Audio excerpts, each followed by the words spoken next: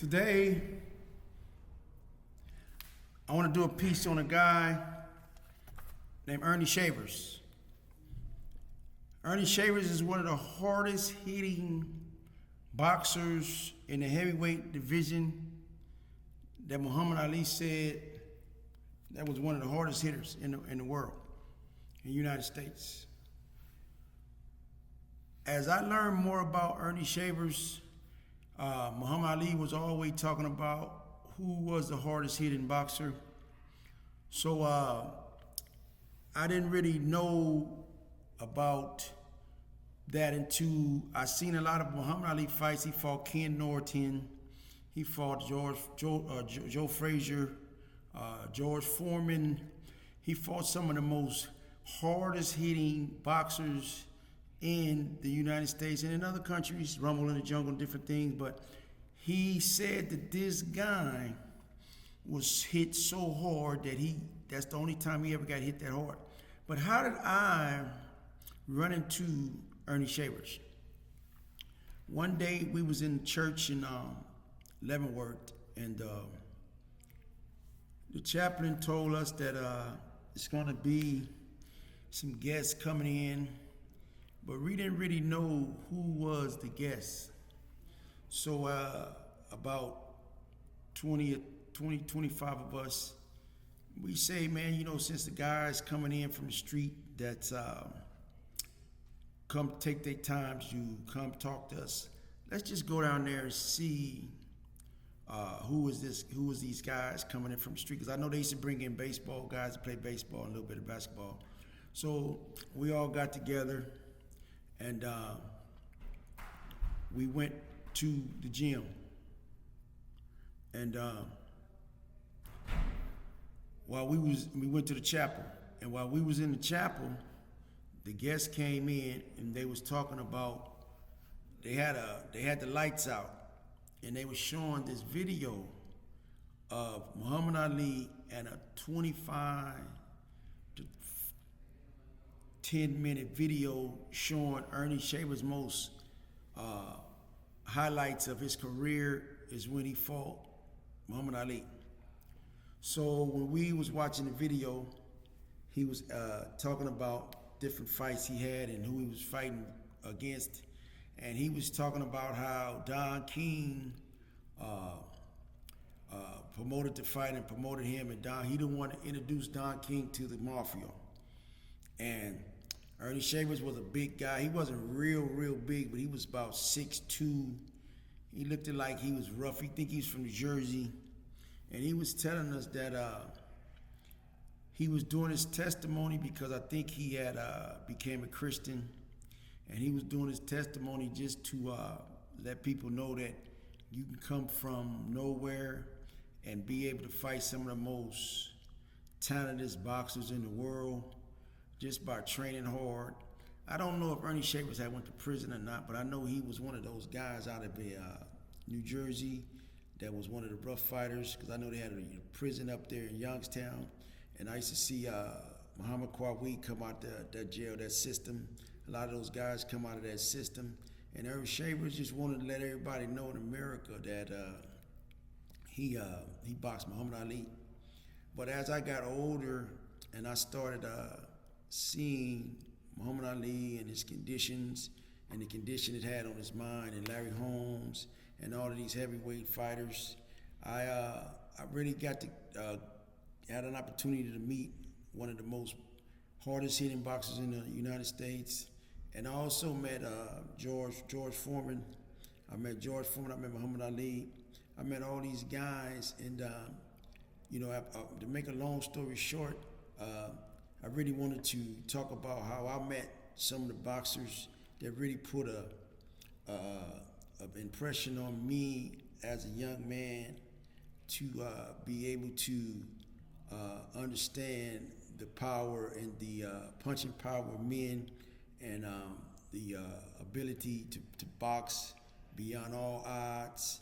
One of my best fighters is Evander Holyfield, Riddick Bowe, and all these heavyweight guys. But these guys are special. I always wanted to know, the training different fighters, and Muhammad Ali said that the only thing he wanted to stay away from was from the women in the clubs, because he knew that if you don't pay attention to your training and your ability to fight, you will let the women take over your life. Just like Mike Tyson. Mike Tyson was one of the best boxers in the world, and he let I think what he said, Bobby Brown said that he stayed up all night in Seoul, Korea before he fought Buster Douglas, and they was having all these women and all these girls, and Mike Tyson the next morning, the next day, Mike Tyson really couldn't perform like he wanted to. It was hundreds of millions of dollars on the line, and now you see a lot of these guys, they don't have no money, and their careers is over. But I was just thinking about Ernie Shavers, how he was telling us that the boxing game is a real big game, and how if you get the right promoter, you train hard, and you get the right sparring partners. Because I know that Muhammad Ali had a bunch of sparring partners, and some of his sparring partners became champs. And I just wanted to talk about some of the guys that I knew from when I used to go to Vegas. I'd have been to about 40 50 fights in Vegas. I'd have been to Tommy Hearns, some of the real big guys that was into the boxing. And I think this guy, Ernie Shavers, he's still alive. I think that he was going to go down in history as one of the best fighters. I don't know if he ever had a belt, but I know that this guy, I think he turned his life around. And he made a big influence on me when he came into the prison just to talk to us. He came all the way into Leavenworth, and he had a video, a little video that he had the chaplain play, and he just wanted to show us that you can be, one day you can be in the streets, and then the next day you can be fighting for the world championship. And I never seen him really train nobody, but I see this young lady named Shields. I think she's gonna be undefeated and never lose, like Muhammad Ali's daughter. And I just wanted to document a lot of this this boxing, because I think Crawford is gonna be the next champ of the world.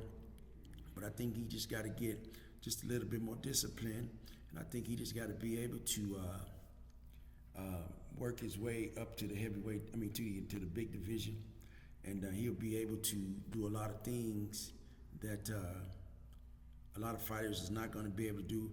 I seen the Canelo fight the day before yesterday. He fought a Puerto Rican guy, and he kind of like he was outsized. But I think Canelo was special.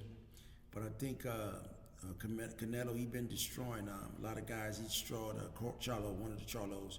But I think if Crawford come up a little bit and they fight, I think Crawford will give him a run for his money. But I know the Puerto Rican guy, they have a rich tradition of boxers coming out of Puerto Rico. And I know the guy that he fought the other night, all he had to do was a little bit more letting his hands go. And I seen where he didn't really let his hands go. And I seen how Canelo, he dropped him in the third round. And I see that Crawford and Canelo will be a good fight. I think the longer he make Crawford wait, the more angry Crawford's going to get at him and be able to take that out in the ring. That's a lot of time when you don't fight the guys that want to fight you. They make a personal vendetta against them and make them want to fight you more.